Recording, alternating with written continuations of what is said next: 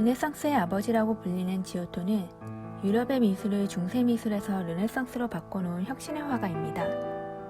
원근법이 등장하기 이전의 시대에 실제로 보는 것과 같은 사실적인 그림을 그림으로써 새로운 시각을 제시하였습니다. 상상의 세계, 신화의 세계가 아닌 실제로 관찰을 하고 그림으로 그렸습니다. 인간의 시선을 중시하는 노력이 시작된 것입니다. 지오토는 인간의 관점을 중시하는 르네상스의 기초를 놓았습니다. 지오토는 당시 당대의 피렌체 최고 화가로 인정받고 있는 치마부에의 제자였습니다.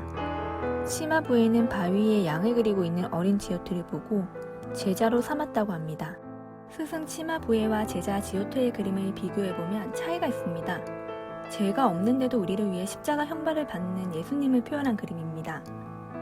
치마부에가 평면적으로 처리한 예수의 배를 지오토는 중력의 원리를 적용하여 십자가에 매달렸을 때 하중이 아래로 쏠리는 모습을 명암을 이용하여 사실적으로 표현하였습니다. 지오토는 중세의 성경을 단순히 정보 전달 차원에서 평면적으로 그렸던 그림과는 달리 사실적 묘사와 입체감 등을 표현하였으며 인간의 순수한 감정 또한 화폭에 담아냈습니다. 그는 권위적이고 성스럽기만 한 종교화에서 자연스럽고 인간적인 모습을 담아내어 중세의 끝자락에서 르네상스의 문을 연 화가였습니다. 지오토의 프레스코 벽화 작품으로만 가득 메우고 있는 이탈리아 베네치아의 스크로니베니 성당입니다. 이곳은 상인 엔리코 스크로베니가 집안의 예배를 위해 자신의 저택 옆에 지어 헌당했다고 합니다. 이 소규모의 성당 안에는 지오토의 그림으로 가득 메우고 있습니다.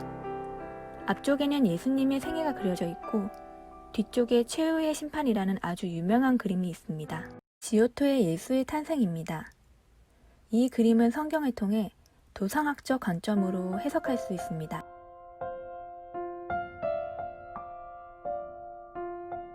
그림의 왼쪽 아래에는 마리아와 아기 예수와 요셉이라는 것을 알 수 있습니다. 그림의 오른쪽 아래에는 목자들과 양떼가 보입니다.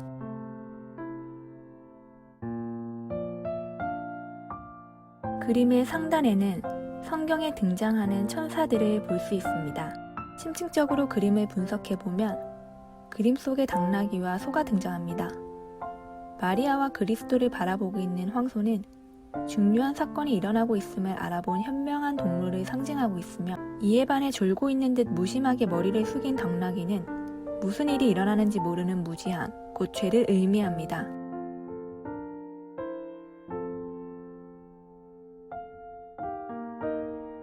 그림 속에는 성경에서 선과 악을 상징하는 양과 염소가 등장합니다. 오른쪽 양은 구원을 상징하고 있으며 흰색, 빛, 알무로 표현하였고 왼쪽의 염소는 검은색, 어둠과 무지, 죄를 상징하고 있습니다. 마리아와 아기 예수 앞에 요셉이 졸고 있는 모습으로 표현되었습니다. 이는 예수님의 실제 아버지는 하나님이시며 요셉은 속세의 아버지로 표현되고 있습니다. 조는 듯한 나약한 모습을 상징하며 이 사건에서 물러나 있음을 보여주고 있습니다. 서쪽 벽 전체를 가득 메우고 있는 최후의 심판입니다. 무지개색 후광 속에 앉은 심판자 예수. 예수의 오른쪽에는 천국으로 올라가는 사람들이 보이며 예수의 왼쪽에는 지옥에서 심판받는 사람들이 보입니다. 고문에 당하고 그 중에는 돈주머니의 줄로 목이 매달린 고리대금업자도 보입니다. 당시 이자를 받고 돈을 빌려주는 은행업은 성경에서 금지한 고리대금업자로 지옥에 갈 죄로 여겨졌습니다. 이 벽화에서 특히 주의 깊게 보아야 할 부분입니다. 예배당을 바치는 엔리코 스크로베니. 엔리코 스크로베니 가문은 고리대금으로 부를 축적한 상인입니다. 그의 아버지는 아주 유명한 고리대금업자였고 그런 아버지가 지옥에 떨어질까봐 조금이라도 지은 죄가 감해지기를 기원하며 예배당을 지었다고 합니다. 헌당을 하면서 지옥이 아닌 천국의 편에 서 있습니다.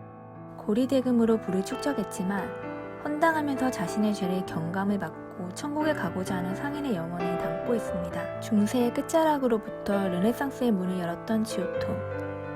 그는 지금까지 유럽 회화의 아버지이자 이탈리아의 위대한 거장으로 평가되고 있습니다.